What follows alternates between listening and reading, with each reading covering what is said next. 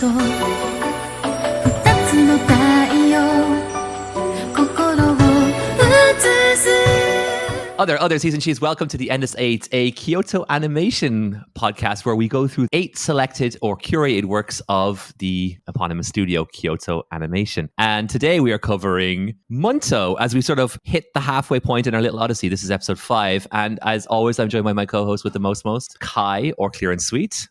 Hey, exciting times when we're going back to 2003 to talk about one of Kyoto Animation's lesser known and less popular shows. So this one is going to be a fun one, but we have today also another guest on the podcast. Yada, who is it? Okay, so a little bit of background. Kai does all of the heavy lifting when it comes to guests. He literally had 4 of our 6 guests lined up for this, but I managed to scrape through with 2 guests. I knew 2 people, and one is here with us today. It is Tori, or Anime's Top Scholar, from the Red Leaf Retro cast. And we have been long threatening a collaboration for about 2.5 years, almost as long as we've known each other. And it took Kyoto Animation, the power of Munto, to actualize this. So, Tori, welcome to the cast. Thank you for having me. Yeah, no, this has, I remember airing the idea with you a long time ago. Maybe we should look to get something done, but Jesus Christ, I'm terrible with collab ideas. Wait. So how did it take Munto to make it happen? Like, how was Munto the catalyst of all things? Well, yeah, that's the question, right? So I had never collaborated with anyone before outside of, like, you know, the odd podcast appearance. But in terms of like the YouTube space or the AniTube space, never. And it took me and Yukai to finally get the ball rolling. And then I was like, well, look, the Band-Aid is off. I did it once. And we're doing Munto, which is technically about as retro as it gets in terms of the Kyoto animation space. Like, I guess you could make a case for some of their in-betweening stuff they did early on. But like, this is literally Kyoto Animation. It's on the tin. This is one of their works. Like, you go to Mal, this is there.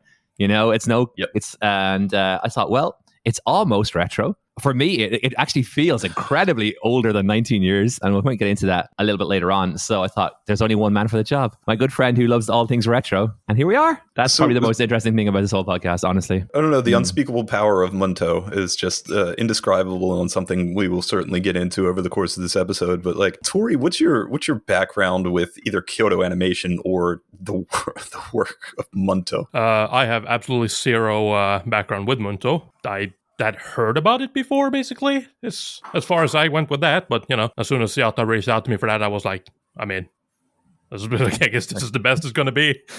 Hey. So, And when it comes to Kyoto Animation, it's basically, how do I best describe this? Kyoto Animation, to me, is one of those studios that when I got into anime, because I got into anime relatively late, I got into anime in 2013. Kyoto Animation was almost that studio that, like, I always looked to, because I knew, like, you could find some interesting stuff there, and their shows generally look pretty good, so there was that.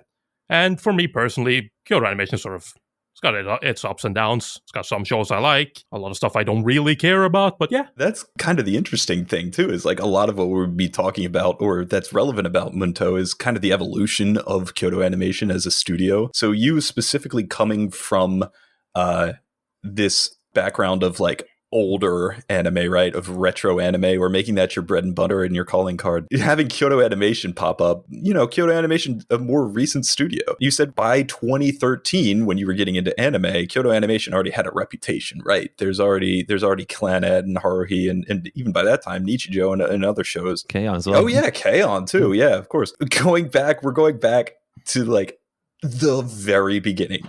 And let's put the context here. 2003, Munto is kind of a movie-length OVA made by Kyoto Animation. Then later in 2005, they created another kind of sequel OVA of about the same length called Munto Beyond the Walls of Time, or as I like to call it, Munto 2, Revenge of Munto. Munto 2, Electric Boogaloo. Yeah. So these...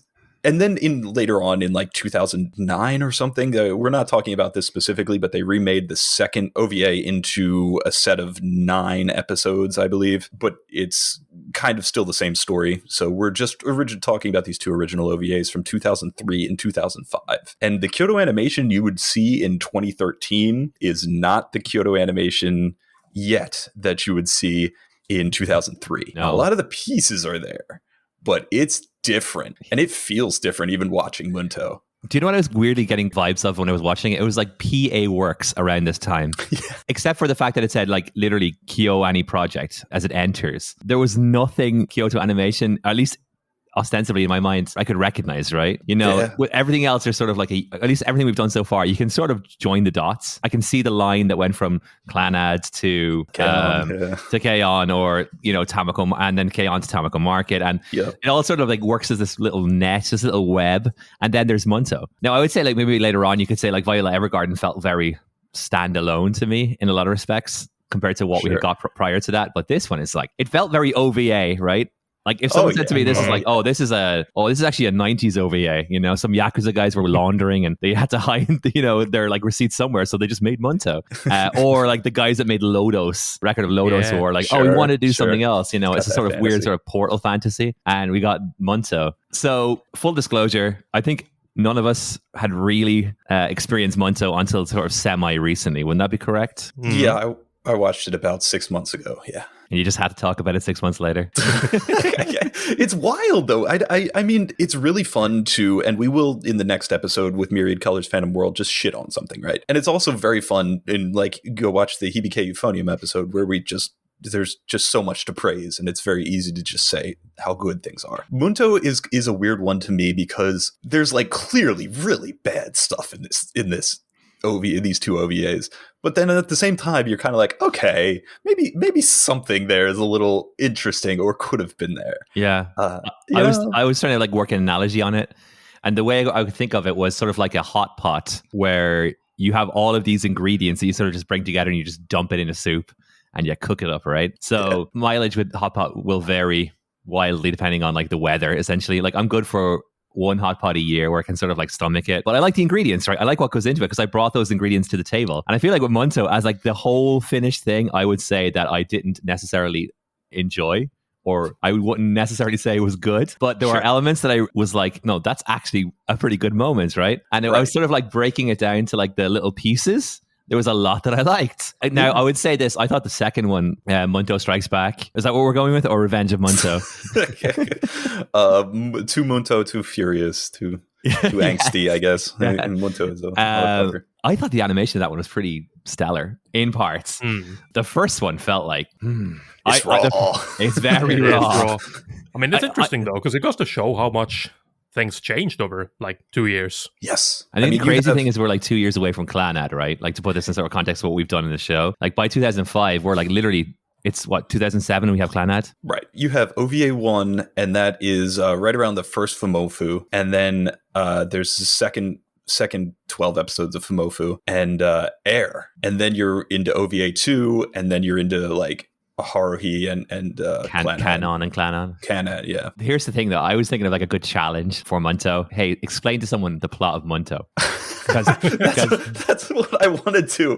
I want to do that right now. Absolutely. So please, if you can, or if Tori, you can, I cannot. And I will admit defeat straight ahead. What's his name? Judd Apatow has this thing, story and plot. Plot is what sort of you think you want, and story is what you need. If you think of that in terms of like sort of an emotional punch, of story being emotional and plot, what happens to get to that emotional sort of punch or whatever, I would say this is literally just like slathered with plot, like butter on, you know, on like pancakes, and the story just never arrived. Like I had so many questions, and I assumed I would get answers in the second part. I was like, okay, here's my big question: why is this girl so goddamn special? Like, what makes her like this vast reservoir of power?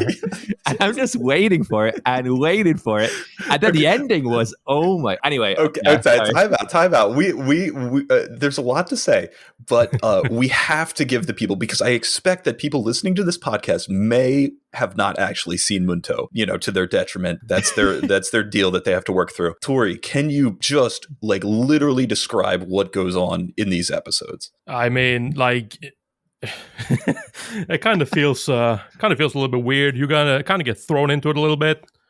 Stuff is falling from the sky. Giant pillars are just being brought down. Yeah, there's a separate world, right? There's like a mage world world. It's just, that's apparently in the future. It's apparently it's beyond time, but it's in the air, and things are falling down to Earth, but it's not because it's and there's I don't know. There's like world building, right? Like there's a whole like political structure of this mage world from the future or like in the sky. And there's like all these factions and these characters that we don't know. And there's this, of course, there's a council of elders or some shit that they talk about. Oh no, the mana's running out and the world's collapsing. And then the conceit of Munto is that their mage world is ending. And the only person who is able to undo this destruction of their world is this random ass high school girl Yumemi, and Yumemi again has this mysterious power. So Munto, the character, the eponymous character here, is I think the king, right? Yeah, he's the king, and he takes it upon himself to use whatever power he has to forcibly go down to the human world and like ghost Yumemi, like literally haunt her, and she can't really see him, but she kind of sees the mage world, and she looks up at the sky a lot. And to make this more complicated, how he got there, we found in the second movie, was that basically he had to sort of like defy the laws of the universe as governed by this other character, Gas. Is that or Gus?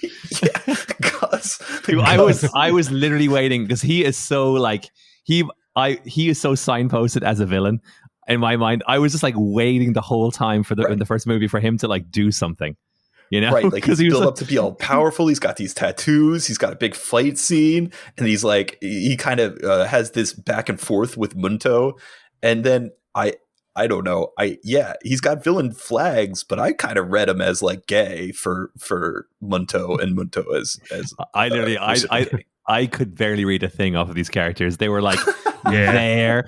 I will say that, so to like be even more sort of specific, Munto is like the king of like one particular like area in this oh really? future world. Yeah, he's like the king of like the magical kingdom, we'll say. But there are other kingdoms who have basically outlawed the use of this sort of magical, I guess it's like mana would be what the common term across like other IP would be, where essentially what's happening is they kind of like early on in their sort of evolutionary history, we'll say, a lot of this, like these races were like gorging themselves on mana.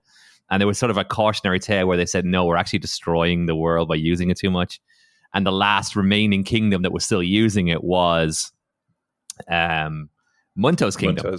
Now, this all sounds, I thought, semi-interesting in terms of like early old school fantasy, but how this was delivered was actually staggering, because we were making jokes in the previous episodes about like, oh, we really love Shinsekai Yori, but the exposition horse is like we didn't even get a horse here. It was like you would have like people just talking over fight scenes, and I was like, I literally had to like go back and listen to it again, because I would make the mistake of actually watching what was happening on the screen as opposed to listening to these myriad voices that were just coming at you with fucking lore every like the first 10 minutes was staggering. Like it was almost like a parody. Like how much information they were fucking shoving at us. Like, because we had this thing about Clana, we're like, oh, maybe if it could have been shorter, and like this one so obviously wanted to be longer, and that's why probably they made a longer series of it later on. But God, they bet us over the head with it. Like after a minute, I was like, yeah, this shouldn't be an OVA.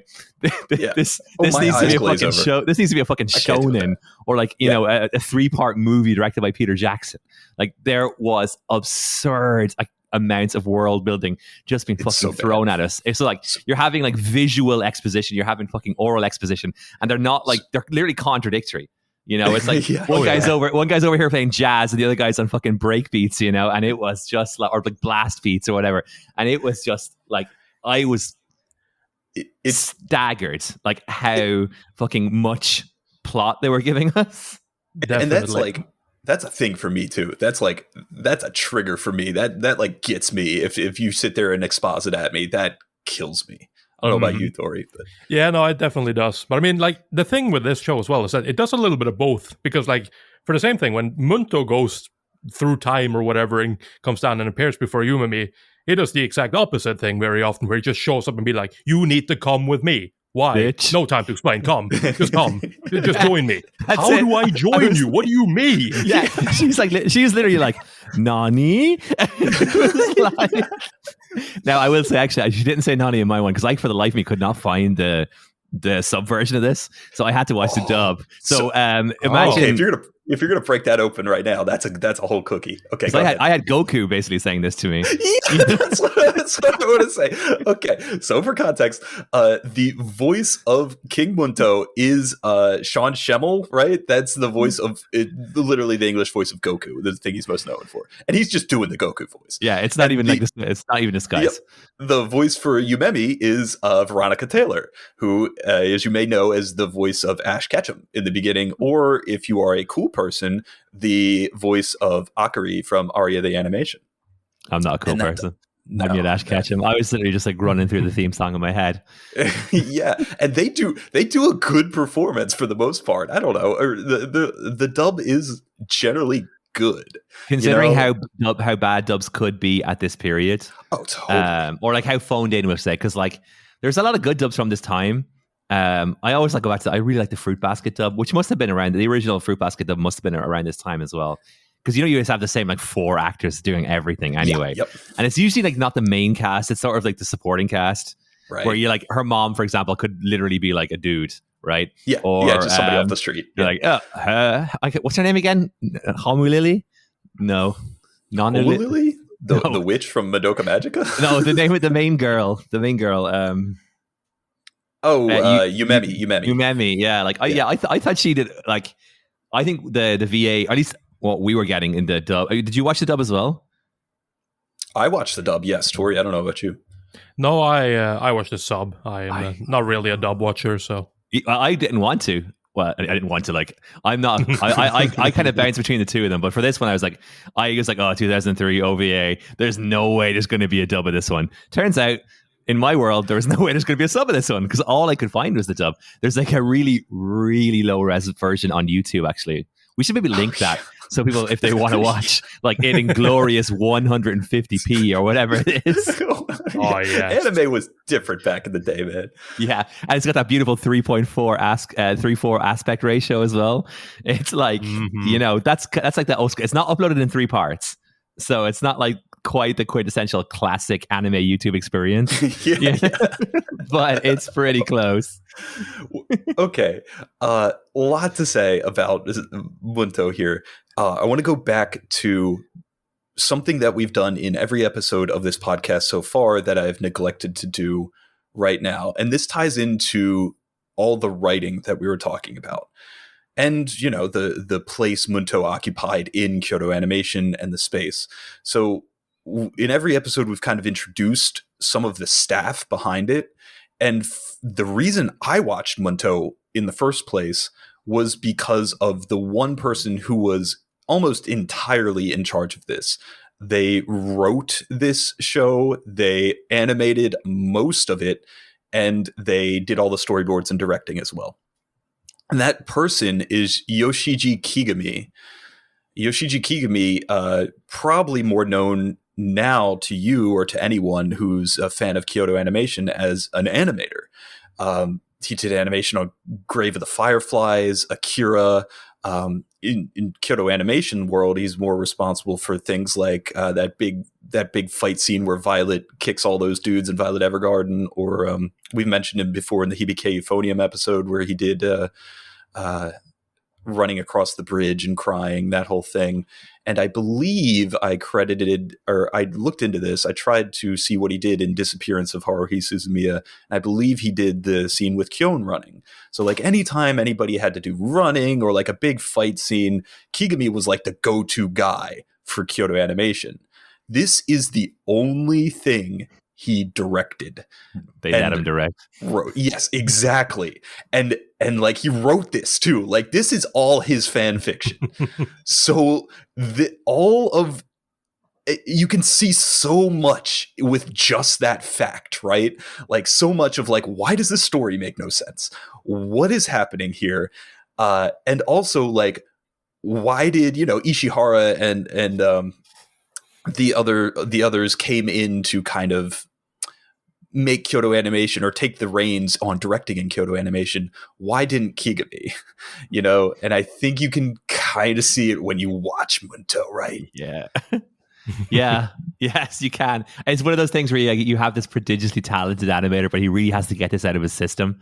And you're like, okay, we've got to be. It's like you know, I know I can't really speak from experience in this, but like, you know, dad wants to buy a sports car because he's just going through stuff. So you kind of just have to just humor him until he sort of like catches a look of himself in the mirror and realizes big mistake. You know, he just had to get it out of his system. He had to try, and I admire the efforts. I do. I respect stuff like this because, like, I mean, on our podcast we've talked about something similar with was it Twinkle Nora Rock Me, just like an 80s OVA, which is literally the same thing as a sequel technically to Nora, but same thing pretty much. It's done by one dude, pretty much entirely. It looks like absolute garbage. It's barely animated. Like, literally, there's to say that it's only animated in keyframes is giving it too much credit. It isn't. But it looks like garbage. But, you know, it's literally the same thing. He apparently was very much into the character, and he refused to let it go. So he did another one. and that's the other thing, too. Like, you're a nascent Kyoto Animation, right? You don't have anything to your name in 2003, and who knows if this project is going to be successful or at all. And you're like, man, if we can get a hit, if we can get one IP out in the books, and if we can get like, you know, like Studio Trigger forming and being like, let's make Kill a Kill, then we got something to our name, right? And I think that like that's the intent too here. Like, we're gonna let you go, Kigami. We know you can animate, and we're going to, if this hits, then we can make it a thing, and it can grow the studio based off the success of Munto. The last thing I'll say before we kind of move off Kigami is that Kigami was one of the people who passed away in the Kyoto Animation arson attack. So if you'd like to remember him in some way, then Munto is the place to go for that. And like, I guess, can we do like some praise for it right now, just because I feel like it's very easy to go negative on it, because there actually are things that I did like. I thought the character design was actually quite cool. It gave me sort of, again, I mentioned it, I don't know if I mentioned it on the cast or off cast, we were talking about it gave me Record of Lotus War vibes, where ostensibly it's not a very good OVA, but it's sort of like it's a very specific kind of brand of like old school fantasy that I just really like. And that was the reason I was sort of semi excited about going into Munto, is because I'm not really approaching it from an anime fan's perspective. It was more so like a fantasy kind of junkies perspective. So I liked the character design because it reminded me of, like, again, of not everybody, but there were certain characters that looked a lot like they kind of wandered off of Lodoss War, especially like the Dark Elves, because they had that sort of pointed ears. And when you had the council scene, the sort of, I don't want to say he's an antagonist as such, because I honestly didn't really know. But he had this sort of like shadowy, sort of like menacing sort of vibe. I thought he was very well designed. I thought Munto looked pretty cool as well. Like, very aged. Like, you would never see a character design like that in 2022. He looks like fucking Shadow the Hedgehog, man. With the spiky hair and the edge.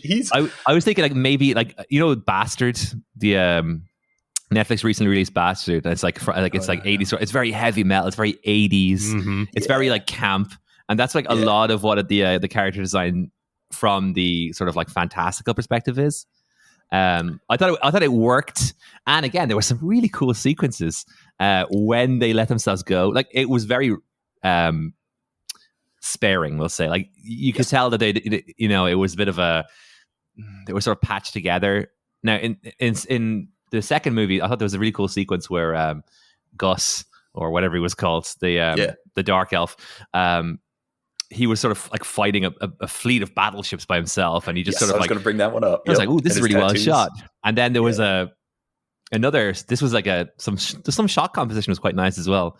Like, I remember, like, at one point he's going, "Whoa, that's a really good shot." It was when I forgot her name again. Yumemi was like looking at the wreckage of a Ferris wheel. And it was like an extreme wide shot pulled out. She was in like the foreground, and you had this massive like ghost of what was this Ferris wheel, just like looming over her like some sort of like fallen titan. And I was like, holy fuck, that's a really good shot. And then, this was like the last 10 minutes of the second movie. So I was checked out by this point anyway. And that scene literally said, whoa, beautiful. So You know, I want to say that when I got done watching it, I had the same impression. I'm not an action guy. I'm not a Sakuga nerd or anything, but I do respect those fight scenes when there's like this character that they fight against. I think Gus fights against. That's the she's the commander of the other faction of the elves. Yes, and that, like skimpy white-haired. Yeah. And that whole battle thing, that's really cool. Yeah, you could see Lisa. Oh, okay, there you go. Minor characters in Munto. Yeah. Then the other thing I said after watching this with my friends was there were some good composition. There was some good directing. There was some interesting stuff going on with how Kigami, because he did all the boards for this, decided to portray some things, and there it gets weird in some parts too with like the pacing. You know, there's straight up exposition dump that is atrocious, and this like world building that needs to be done that is just never done, and it's so confusing.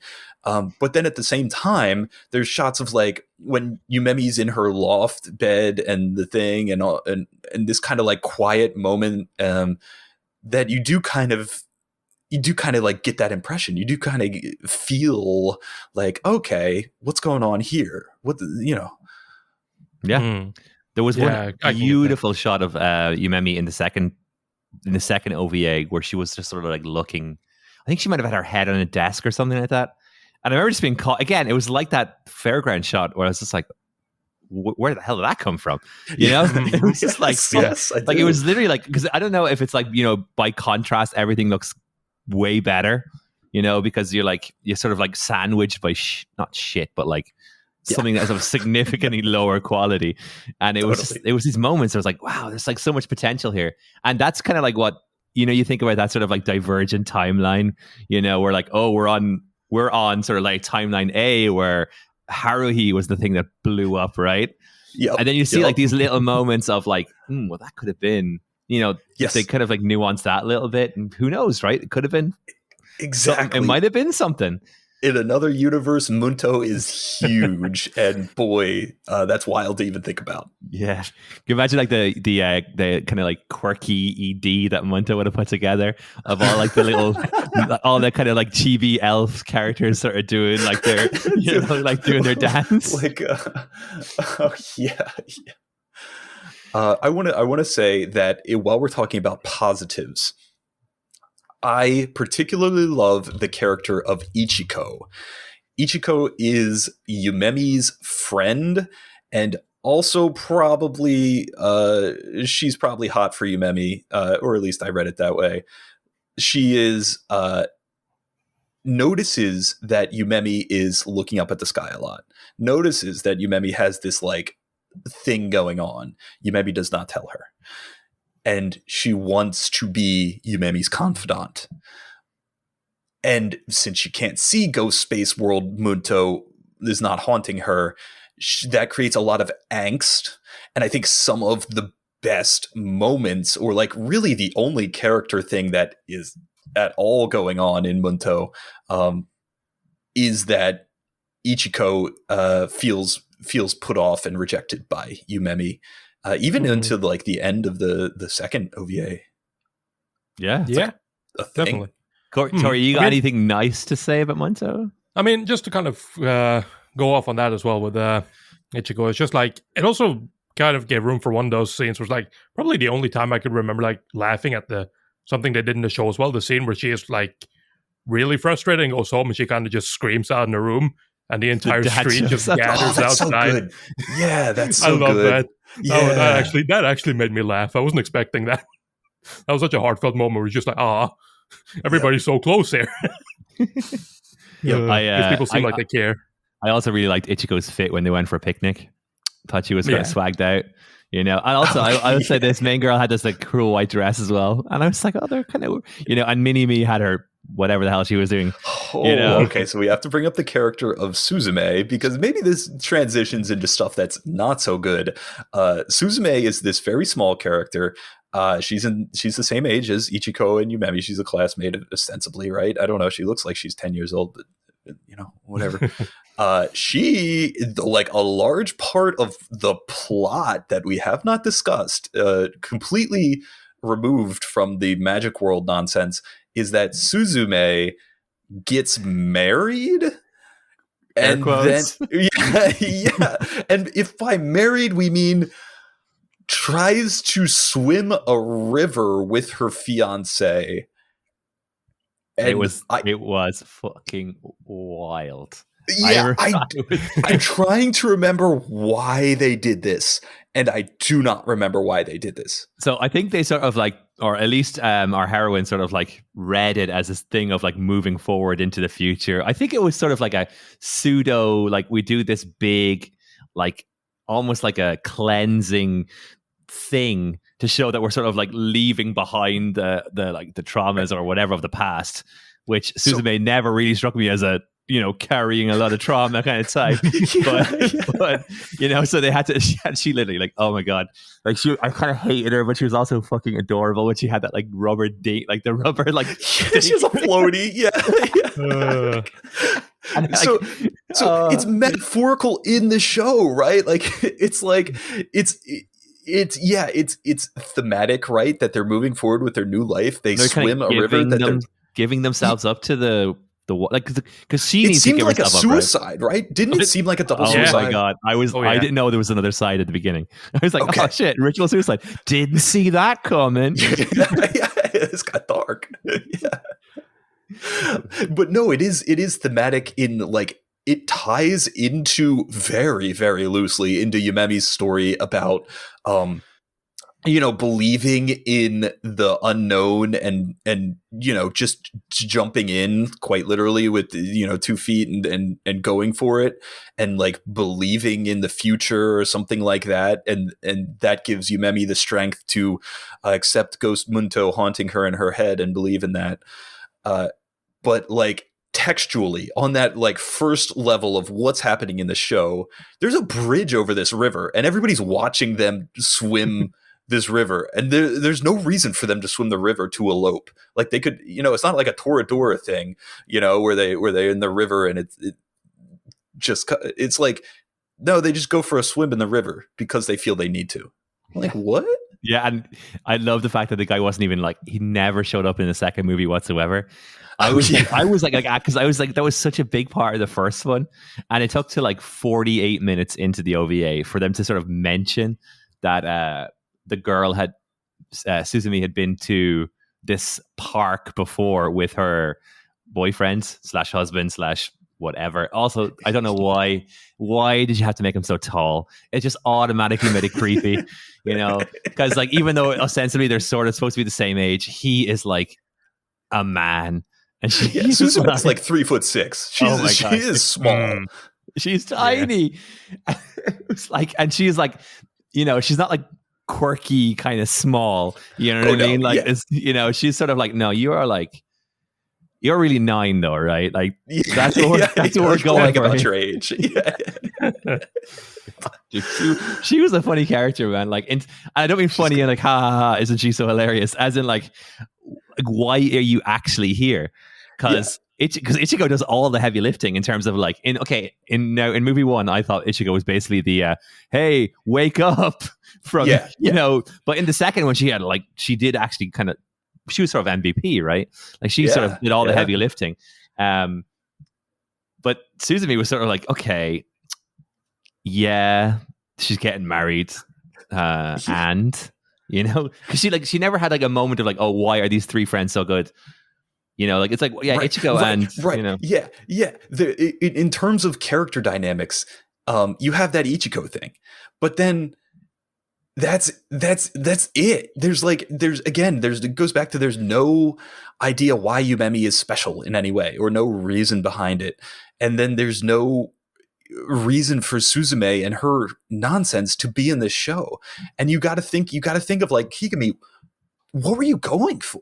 Like when you're sitting down in that writing room and you're trying to sell this young Kyoto animation on, or tell everybody about the story, and you're like, yeah, then she swims a river, and you're like, why did you put this character in the show? Why are you choosing to animate this? It's wild. It was like some of the decision making, because I also kind of felt like they maybe overly focused on the real world, you know. Yeah. And it's like because there was so much like there was a bit in season 2 in OVA 2 where they were sort of going through all of the different factions that were sort of like uprising. You were getting this like world history report in like 70 seconds, and I was like, shit. Again, I go back to the character design. A lot of interesting like characters were appearing before me. There was a sort of like Princess Mononoke tribal swole dude that was sort of like remember that. Yeah, I do not even remember that. It was a bit of a flub in terms of like world building, in terms like aesthetically, because he was very like tribal looking, right? He was wearing furs, but he's also the guy who's leading the rocket ships, right? Yeah. It's like you know, I feel like some sort of like retro futuristic sort of like onesie might have been better, something, you know, polyester and shiny, as opposed to this sort of like earthy thing that he had going on. But but they had like, oh, you know, this kid, the shaman king of blah blah blue is rising up against the, you know, the pig men of Farandu. And like we're getting these like one shots. It's like, oh, all right, I'm looking forward to finding out more about this. You know, there's a big battle, and there was like at this time, like all the best animation was front loaded, so you were like, oh, we're getting some good fight sequences, like. The visuals are looking pretty good. We're kind of building up my impression was that our girl Yumemi was, I don't know why this is like my fucking white whale, I can't say her name, was going to come to their world, and we were going to have it sort of set there, you know, because the first one was sort of set kind of halfway between both. But yeah, that's what I was hoping. You know, we would spend more time in the fantasy world and figure out what the hell was going on. Oh, totally. Like she's going to be isekai'd, and then it's going to be that. And I think that's the promise of Munto. Like that's what would have happened in that alternate universe where Munto hit, and then, you know, Kyoto Animation had the funds to go heavy on it, and, you know, selling figures and got a card game adaptation and everything. Like that would have been. Or like Escaflowne, right? Or something like that, you know? Then that would be the promise fulfilled by Munto. Or I have another reference for you too, or two other references. Tell me if you've seen either of these, Tori or Yada. Tenchi Muyo. Not really, no. Tori? No, I I got my haven't girlfriend seen it. watching it one, and I was like, Tori, you do a retro podcast. You haven't seen Tenchi Muyo? Listen, there's a lot of stuff I haven't seen. All right. All right. Tenchi Muyo has the same type of like world building stuff. There's a whole intergalactic nonsense, and it's used a couple times, but they do the opposite. It's like they mention the kingdom of Jirai maybe a couple times, and then the tree in passing, and then the rest of it's just the harem hijinks stuff and on Earth. And I think I see so much of Tenchi Muyo in Munto, specifically because it was late 90s, and it would probably be a huge reference and influence onto this. And it does have that kind of fantasy coming into the world, and it looks very similar. Like Munto kind of looks like Ryoko's hair. Do like all that, like the shock of spikes, right? Oh yeah, totally. And even just the way the animation goes in a lot of it. Yeah, I would say that's for the end of the episode where we do our references. That's my pick, Tenchi Muyo. The other reference I have to give to you, and tell me if you've experienced this, is a RPG for the Game Boy Advance called Golden Sun. Jesus Christ, dude! I don't know if you've ever played that either. I've never even held a Game Boy Advance. Really? Oh, fuck, guys. Come on. All right. For the viewers out there more people probably know Golden Sun than they do fucking Munto. Anyway, it has the same exact plot. And it's from around the same time period, right? It says 2001. The world's ending, right? Because alchemy was sealed away, and now the world is crumbling, and it's like a whole thing. And there's this, it does take place all in this fantasy world. Like there's no real world. So they spend Golden Sun's notorious for the first hour of gameplay is just world building and like the village that these protagonists grew up in and how it relates to the concept of alchemy and the sealed towers. And like you're saying, all this, plot or world building and kind of delivering it in a natural way and setting it up the events of the story. So I feel that Munto split the difference and ended up worse for it on both ends of this. It didn't go Golden Sun. It didn't go Tenchi Muyo.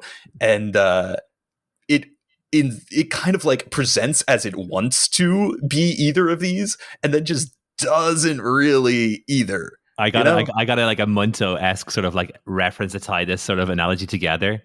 On one bank of this river, we have Golden, and on the other bank we have Tenchi Muyo. And in this instance, Munto is Drowning in the middle. It's our young lovers just not making it across the river and drowning somewhere in the middle. Yeah, exactly. Yes, that's very good. Thank you for that. Oh man.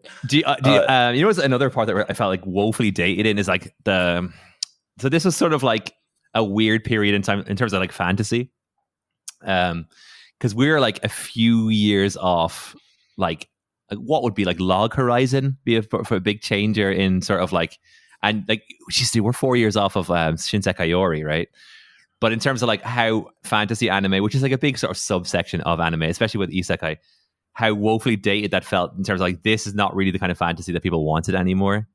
This was like this is like this is not a million miles away from fucking the Never-Ending Story.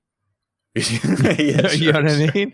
And it's like this is some like 80s. If this was an OVA in the 80s and they had like 4 episodes to do, which is 4. Yeah. I think that this could have been like, oh, actually, this is one of those OG OVAs that you need to watch. This is just sort of like really out of time for me. You got there because that's the title. That's the title of the thing. I might have been sitting on that one for like how long have we been going? 43 minutes. So we got there. My notes are like I gotta get this reference, and now I didn't want to like reveal the curtain. I was just gonna go, oh, look how witchy I am. That came off the dome. It was planned. But it truthfully feels really out of time. Like I don't know what the fuck they were in terms of like, other than the fact that it's sort of like you're humoring the creator, right? I just can't understand like why someone thought like this is the kind of story that's going to resonate with audiences in 2003. Maybe that's it. Maybe Kigami was too influenced by those types of 80s OVAs. If this predated Tenchi Muyo instead of being after it, maybe there's something there, like you said.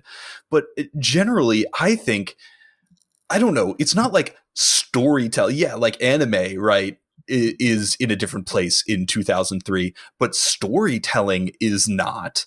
And I think that any type of writer, if you got anybody in here to just look at what you have planned out for the story, they would just take the pen and the red pen and just go to town on it. Like, what the fuck is this Suzume stuff? Get that out of here. I don't know. How would you improve Munto, Tori? I mean, like the sort of impression that I get, right, is that I feel like it is, like you said, it is very much inspired by the 80s style of OVA. And I feel like I can see that being the case, right? When you write the story for this, writing it out and whatnot, just not tying it to what would be at the time in 2003, a single OVA. You can come up with some quite interesting things.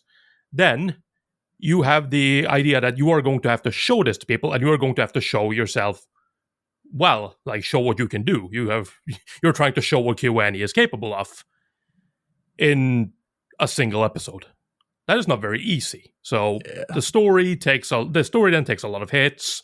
Stuff gets shuffled around. Some weird priorities get put in there for some reason, like the relationship, the swimming scene, stuff like that. It doesn't feel that connected, and not as connected as it should be.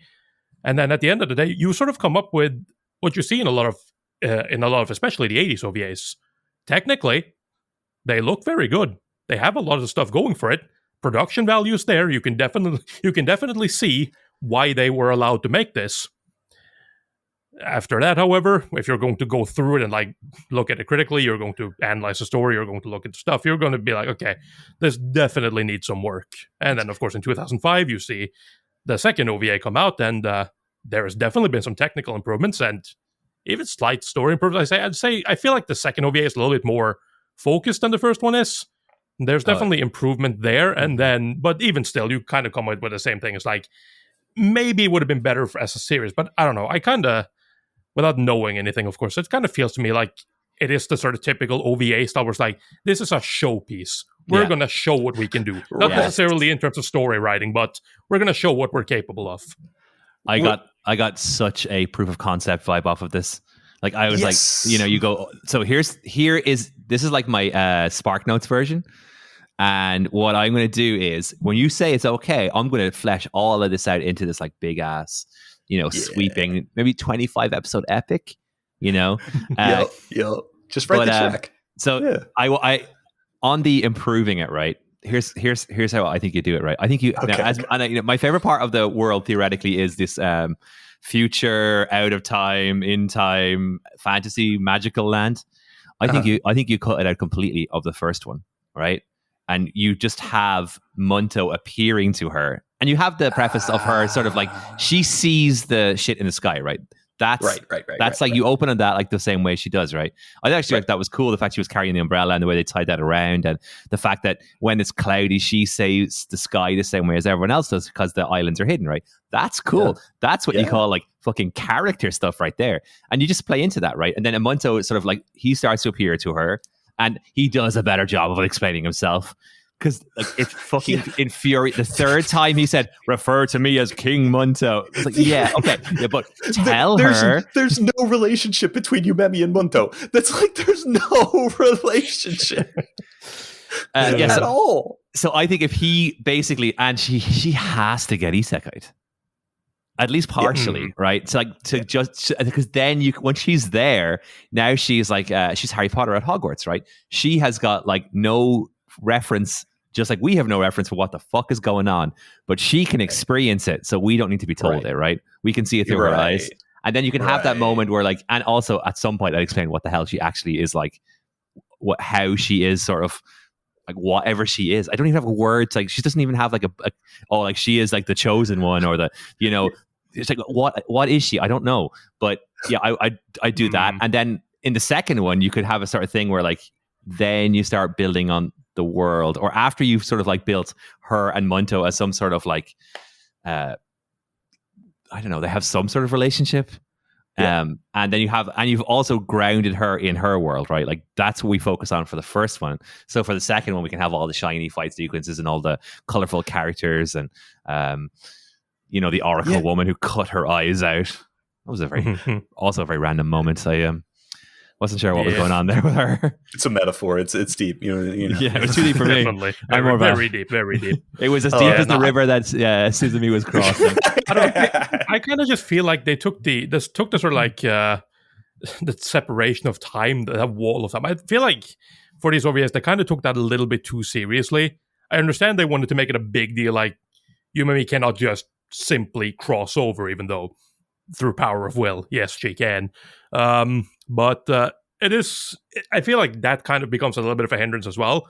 It's like, I feel like that separation of time needs to be a little less, I guess, so that she actually does get to experience that. Because I can understand Yumemi. Some guy who might as well have been something you dreamed up at a nightmare fucking studying for a test or something shows up and tells you to join him, and no, why? Who are you? Why are you telling me to call you king? And he's like, just refer to me by my name, please. Yeah. Once you do that, I can tell you everything. But she's like, just give it something. But nah. We're not doing any of that, and we're just going around. And then eventually, she sort of decides that, you know what, this is for our future. Like, how, in what way these things relate? Isn't it amazing that Makoto Shinkai turned this into your name like 12 years later? Oh man, I was gonna go there. Like lovers across a different space and time, right? Then that's, I guess, what you're going for. Although Munto does not have any interest in Yumemi past her power, so like that. But the thing I want to say that we're talking about is stakes, right? Like we don't know anything about why the worlds are separate or anything, and everything you've said, Tori, is just like, we don't have any context for Yumemi doing what she's doing, or what that means, or if she wants to do it or not, or there's nothing there, like what she's sacrificing, and so there's no weight behind it. So the only thing is she was different. Yeah. She can see something that no one else can see. She sees different from everyone else. She sees dead people. Yeah, basically, that is basically it. And that's like, okay, sure, that's fine for like the introduction when you first see her. Like, okay, this one's special because she can see something that no one else can. But once we're past that, we need something else. There has to be something that clicks. Munto appearing before her is not really it, because again, it could literally just be a fever dream. And yeah, after that, it's just sort of stuff progresses as usual. We get the slice of life elements, we get the weird marriage story, we get stuff like that. And so what? Exactly. So what I want to hit again, what you said, proof of concept. Like this to me, I will explain Munto to you. Okay, so this to me feels like Kigami had the fight sequence with the elves up in the sky in Magic World. And like they wanted to show Kyoto Animation as a viable animation studio, maybe, or he just wanted to animate some fucking elves throwing laser beams at each other that, you know, whatever. And they did that. And then they were like, what else? You know, how can we contextualize this? It like grew from that first kind of, wouldn't it be cool if fantasy battle happened in Space World? And then we got to like make a graft almost. We have to forcibly put in other elements to make this an actual story. Yeah. Oh, it almost felt like two separate stories, like just getting mushed together. And which is like, I guess, sort of how the whole thing sort of felt anyway. I did have this question. It's been burning in my mind the whole fucking recording. I have to ask you guys now. We had it earlier on, the sort of the fun little game of trying to explain the plot. Do you remember in the second OVA, there was a rock?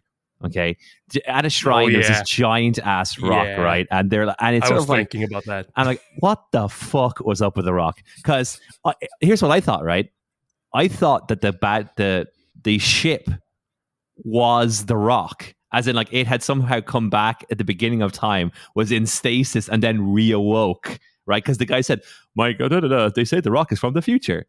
But then how is she contacting Munto, like, or like reaching out to Munto through the rock? Like, what the fuck was with the rock? Because it was like it had this big scene, you know. Like I felt like the whole setup of getting to work in the shrine and Glasses Boy was literally just there to introduce this rock that played like no fucking part in the conclusion of the movie. Yeah, that was very weird because, like, to me, I was like, I understand where you come from with the ship. A part of me was like, in the other way, it's like, is it supposed to be like a gravestone? It's like, is Munto trapped under there or something like that? Is that the deal? What is going on there? And it's just, is it a reference I'm not getting? Is it like a cultural thing?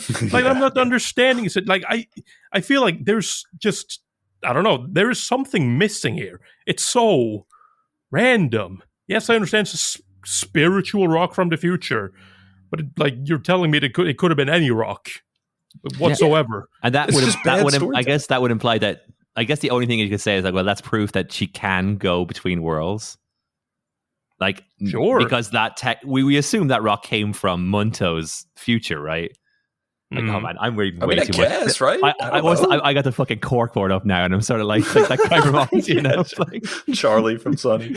Yeah, like, I don't know. I was trying really hard to like make this work in my mind because I was like, you know, again, I was like, oh, if I fill in all the blanks, maybe there's like a cool thing here. Because I genuinely think this might have worked.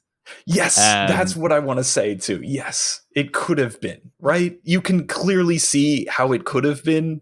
I don't know. And we go back to fixing Munto, but this is something I feel passionately about. Like, if you did give Munto and Yumemi a relationship, if you did do the necessary world building to make things interesting, if you did, like you said, Yata, focalize it on Yumemi and really show us the world through her thing instead of just exposition of the elves, maybe there could have been something here. There could have been a Shinkai-esque experience. There could have been some, even a Tenchi Muyo-esque experience. There could have been something that became something that people cared about. And it wouldn't have taken that much work, just a decent writing and editing pass, you know, series composition. And then we could have had a Munto future. Yeah, because we sat through, essentially, I believe we're talking about like an hour and maybe 40 plus minutes of actual, you know, story. Through to the combination of two OVAs, right? Get rid of the ending song and the credits. Like there's enough time there to make something coherent, especially when you think about it. Like, here's the crazy thing is, like, they give us so much like politics and so much stuff, but very little actually happens. Yeah. The story is essentially, it's like two encounters, right? You have the first time they sort of make contact, and then when they reconnect, right? And there's sort of like this, like, in the instance of the first one, it's like the collapse of these 7 towers, right? So you're on a sort of a timer when they need to make the contact. And the second one is before these spaceship guys hurt her feelings so much that she will become damaged, and then she will sort of like, it's almost like she is like a physical manifestation of the universe. So if she becomes broken as an individual, then the universes break.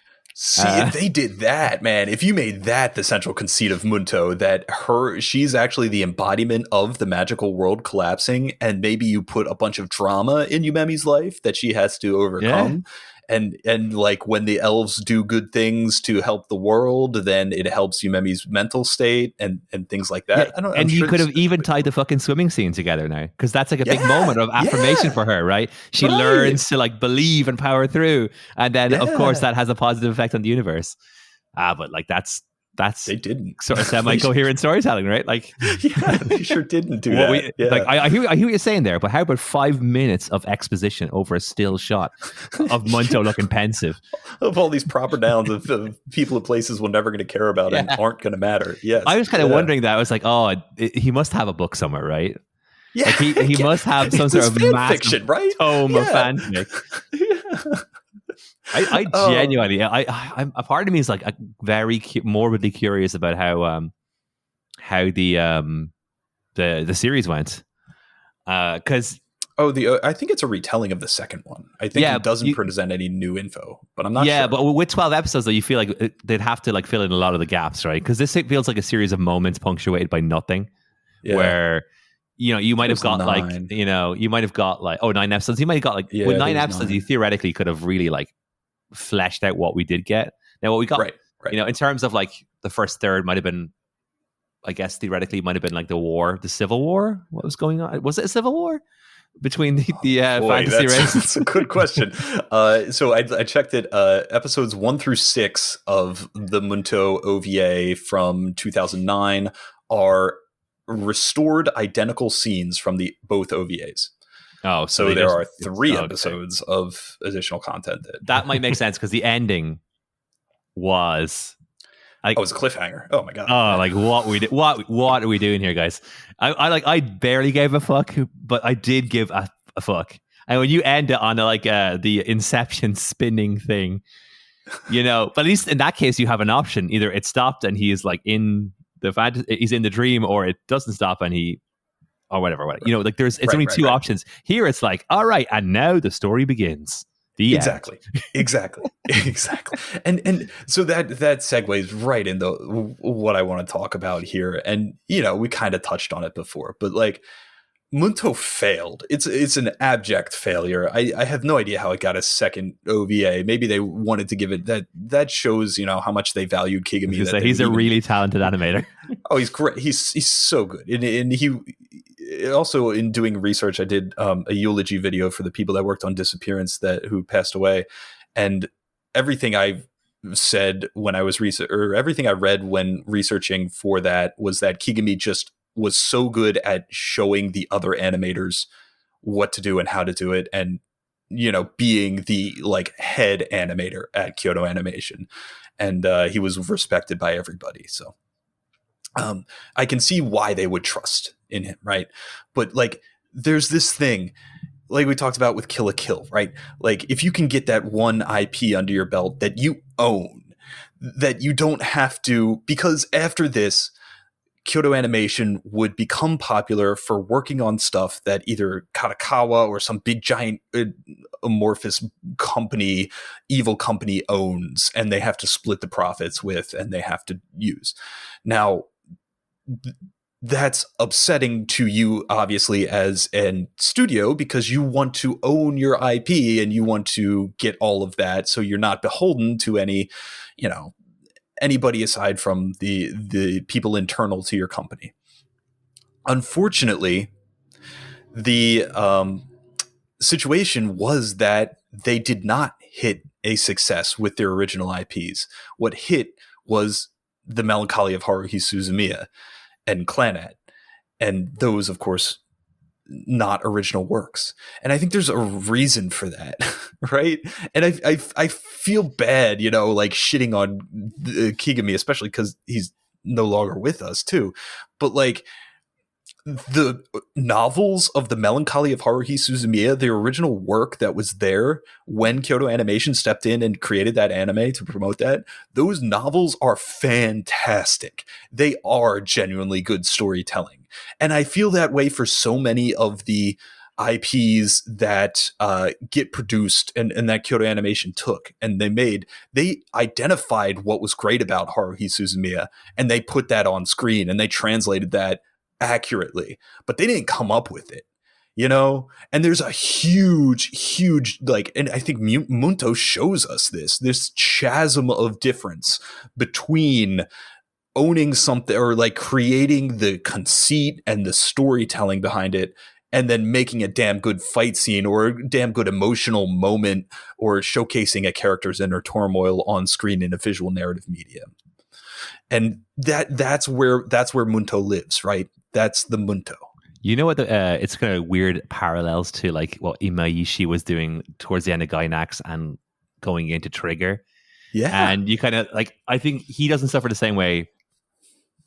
Kill la Kill does not suffer the same way that this does. But I always felt like Imaishi was sort of like an exceptionally talented animator and a fairly good storyteller who kind of just like, and in this case, it's sort of the same thing. He's an exceptionally good animator and he's got a story to tell. Yeah. But it's just one of those things where it's like almost like having some sort of direct, like somebody else to just sort of like compose the series, right? Because this is what Gridman with Amamiya, right? I got the idea, right?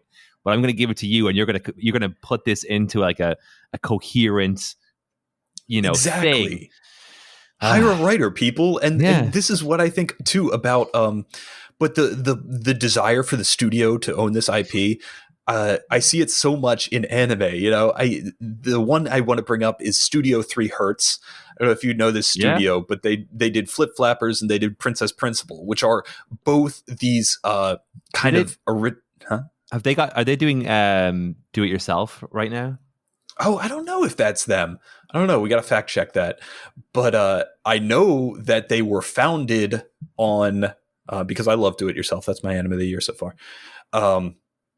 They were founded on the basis or the idea that they want to do original anime. And they are doing everything they can to make their original anime. And then they also did like Sword Art Online, Gun Gale Online, to pay the fucking bills. And I think you see that again and again, right? Like in Cloverworks, right? They did Promise Neverland. They cranked out 12 episodes of Promise Neverland, and they ended that right as their contract was up. And then they went, but they really want to work themselves to death on Wonder Egg Priority, nobody wants to do the adaptation, even Trigger, I think that they're doing a better job of it with Cyberpunk Edge Runners and getting that Netflix and CD Projekt Red money. But at the end of the day, I think everybody wants to tell their own story. Absolutely, and if you can do that in a financially solvent way, that's the goal. Yeah, unfortunately, generally how you get financially solvent is to just don't pay the people that you're who are working for you, or in the affordable version, just don't pay your taxes, which is always popular. I just for the record, a quick fact check, because mistakes have been made in terms of facts that have been said, but especially by me on the podcast before. 3 Hertz did not do it yourself. I don't know why I had that in my mind. I was kind of like perusing 3 Hertz recently, and I was also perusing Do It Yourself, and I guess I sort of amalgamated them into a spurious fact that's not in fact true. But yeah, Do It Yourself. Trey Bon. I'm going to keep going on this. One last thing. Remember, we're talking early Kyoto Animation now, but Kyoto Animation never got away from that. You remember they did this big thing, and I think it was around Violet Evergarden, of like the story contest, and that they were high. They were like, we got to get people who will give us a good story, and then we'll make it into an anime, and we'll own it. Yeah. You know, And they we always had this will own desire. it. But As they rifle their fingertips together and sort of like cackle in the background. yeah. And apparently they've been burned by the relationship they had with using other people's works. Otherwise, why would you do it? Oh man, there's such a horribly offensive joke to be made there, by the way. Okay. Oh God, I used the word burn. And you said wasn't the guy's motivation that he believed that he was sort of like the creator of didn't he believe they stole his idea? Oh right, yeah. For he became euphonium, didn't? Oh fuck. Yeah. Yo, we got dark. Oof. We did inadvertently, but no. then very much vertently. Yeah. Oh man, now I'm sad. I liked the little elf girl. There we go. On a side note, just to move us away from the darkness. Oh yeah. She's great. I was like, I don't know what weird relationship was going on between her and Gus. It was like, Gus also voiced by Dan Green of Yami Yugi fame in the English dub. That's the cool thing about back then, and never, again, this the halcyon days. There's like four VAs. They're just sort of like bouncing between things. You're like, oh, you like that person? They do everything. It's like, oh, you like John Michael Tatum? Yeah, he's in everything. Yeah. What about Johnny Young Bosch? You like Johnny Young Bosch? Yeah. Okay. I think he is officially though like in everything, right? Johnny and Bosch. Vash the Stampede. I wonder if he's doing it. I wonder if he's reprising it for the new Trigun movie. He pissed me off though a few years ago. What happened? So I generally what I do is I'll watch an anime in sub, and if I really like it, I'll watch it again in the dub. Just to like experience it again. And I'm always kind of morbidly curious about how they do it, right? Because you get this idea, like you get this big performance, let's see how we change it and like what we bring to it, right? So, Zombieland Saga, who's my boy? Who played? Oh shit, I can't remember. Mamoru Miyano, right? Mamoru Miyano absolutely kills it. Yeah. And then the dub comes out, and guess who's doing Mamoru Miyano's part? It's John Young Bosch. And I was like, really? Yeah, I didn't even know that. And I was like, ooh, this is going to be interesting. Turns out Mamoru Miyano carried a lot of what was great about that character. Yes. And it did not translate. I will defend Johnny Young Bosch's honor since we're talking about Kyoto Animation. He does Koizumi in Haruhi and nails the role. Loved it. He's great. Like I would say outside of what's the dude who does the vampire with the gun, Helsing guy. Helsing, Helsing. The guy who does that, he's a really famous VA, or like for in the English dub market. I've never even seen Helsing. You guys got to tell me. He's in a lot. He's in a lot of stuff. He's like Itachi in Naruto as well. He does a lot of shit. He's big name. But outside of that guy, Johnny Young Bosch is like one of my favorites in the on the English side of things. Oh, it's going to bother me now what his name is. Because he's like Crispin Freeman. Crispin Freeman. Yeah. Speaking of the melancholy of Haruhi Suzumiya, he is. Sure. Isn't he like the mate? He's Kyoani. Yeah. Crispin Freeman's great, man. He's woo. He's got a beautiful voice. Got a beautiful voice. Yeah. Very attractive voice, but he does. He takes it seriously too. Check out his podcast on voice acting. Yeah, he's got a podcast on voice. Oh man, he's into it. He interviews other voice actors. How is he not on Critical Role? Oh yeah. I'm sure he's interviewed Matthew Mercer on his podcast. He must have. He must have. Yeah. And we all love Matthew Mercer. Yeah. Levi Ackerman, right? Isn't that his big role in terms of anime? It's a big role. Titans. You didn't watch Attack on Titan? I did. I had to. Not the time. But Munto. So, do we want to rate Munto, or do we want to talk about anything else? Right. What do we got to do? Oh, we got to do recommendations and a rating. Okay. So,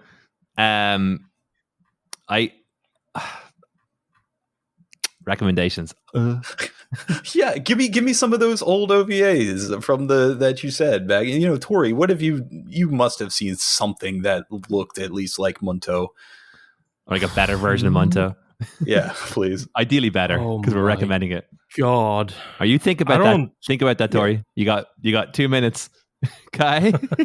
I will go, like I said, with Tenchi Muyo. It gives me the same vibes, especially some of the expanded universe. Like, this is the promise. The promise given by Munto, or the expectations given by Munto, are then fulfilled in something like Tenchi Universe or GXP to a lesser extent. And even the original OVA of Tenchi Muyo is just what I imagined this would be, but better. So that's my recommendation. I'm gonna go for Castle in the Sky. Yep. Yeah. That do with that what you will. There's parallels. Castles in the Sky. It's not just a name. There's there's a lost, confusing timeline. It's better. Also, Record of Lotus War. Why not? It's the only fantasy OVA that I really think that's sort of like fantasy enough to match this. I'll throw in there Escaflowne. Oh yeah, of course. That's the isekai you're looking for. Tori. So I was trying to go through some stuff and the thing is, I can't. The problem with recommending, especially going into OVAs, is the fact that I can't really recall anything that I would compare Munto to, like, specifically. And when I do, it is for very weak reasons, and they aren't very good. So we sort of come back to the same thing. It's like, I could easily just say, you want to watch something else that is a passion project? Yes, go watch Twinkle Nora Rock Me, or go watch Nora and then watch Twinkle Nora Rock Me. No, it is absolutely garbage. Don't watch it. But it's a passion project. You'll get to see why. You can see, if you can understand why the director of that decided to put himself in the OVA, literally, and why he decided to, why he was so into it that he literally hired a cosplayer to cosplay Nora and ride around on his motorbike for an entire day. So, So, out of curiosity, when you say he literally put himself into it, like, did he draw himself in, or is it just randomly like a guy walks on over the animation at one point? He is in Twinkle Nora Rock Me. He's an actual character. He is a midget that sort of walks around and interacts with Nora and tries to help her. And they even have a little dance scene together. Very, very, like, 1 frame a second animated dance frame. Terrible, but okay, because we're floundering with the recommendations, I got a fun alternative. If someone goes, here you go, here's the money, here's the animators, what passion project would you like to make? Now, you don't have to do too specific details, but like, if you could just go, something in this space. Oh, that's a good question. I have an immediate response. I have always wanted to do. Are you familiar with Gakko Garashi? Where it's the it's like this innocent school slice of life thing, and then you find out it's a horror thing at the end of the first episode, and it's like a zombie thing. I have always wanted. Yeah, I have always wanted to make a show that transforms midway through, or that starts off with the premise of like, this show is going to be whatever, it doesn't even matter what the genre is, but then it becomes either like a big swing or gradually becomes something completely different. And the only thing I've seen that's even close to this is Die Buster, which is kind of fun and rompy in the beginning 3 episodes, and then the next 3 episodes are all like this, like, really dark, introspective, like plot BS. And yeah, so I want to do that. I want a big twist in terms of genre midway through. What about Higurashi? That's sort of in that space. Fuck Higurashi. Yeah, you're right. That kind of is that, like, right? I was thinking Doki Literature Club for some reason. It was but the anime. Right. But those feel so contrived. I think more in the vein of like a Space Dandy, right? Like, just every time you come in and you boot it up, you're like, I don't know what I'm going to get. Yeah, something like that. Yeah, that would be cool. Tori, if they're giving you the monies, what are you making? I don't even know. Like, maybe it's just because it's literally on my mind, but I mean, it wouldn't even necessarily be just for the anime. It would be to pay somebody to get off his ass and keep writing it as well. Like we recently on the podcast, we went through Black Lagoon, and that just reminded me of how much more I want more of that. So given the unlimited money, I would fucking have somebody get that guy and just make him write more so they can make more Black Lagoon. You kind of stole my answer. I was going to go Land of Lust for season 2. But if we're talking about this, then I can hit you with like the other Haruhi novels, the Spice and Wolf, season 2. I like Wonder Egg Priority is just plain not finished. I want somebody to finish it, yeah. But if I could make my own one, I was thinking like sort of like magical girls, but in like a high fantasy setting. Ooh, that's what I want. Fun. That's what I want. I think that would be like quite like, because they like, it doesn't need to subvert it. No Maho Shoujo like nightmare stuff. Like we've done that and they've done it better than I ever could. Right. But just having a sort of thing where it's like, okay, what if the Dragon Slayers were magical girls, for example, right? Or the Demon Slayers were magical girls, right? Yeah. What's that look like? I'm excited. Yeah, I guess they kind of a sort of semi-equivalent would be sort of Suke, which is the it's got the most absurdly long light novel title. It got one season. It was kind of poor. What was it called? It's an absurdly long title, which as all good light novels are. What was it? Something about the world at this corner of the world, or I don't know. That's what I always thought. I always like, if I could make it, I'd like to make it. If I had the passion project green light, that's what I would do. I got it. Okay. Suke, what are you doing at the end of the world? Are you busy? Can you save me? Oh, that one. Yeah. I like that one. I like that one. Yeah. It's like it's kind of cool actually. It's weirdly parallel to this one. Like it's in the future. There's like floating islands, and then at the surface level, instead of like our world, there's like just monsters. And these magical girls go down and they just like destroy the monsters, but there's like a sort of ticking clock on their existence. Sure. Apparently the light novels are good. Yeah. Apparently the light novels are good because the anime wasn't that great. Yeah. But I liked it because again, it's sort of in my fantasy sort of wheelhouse. Do you know what would be my pop off moment? My hyper poggers moment. This is something that I've always wanted to do.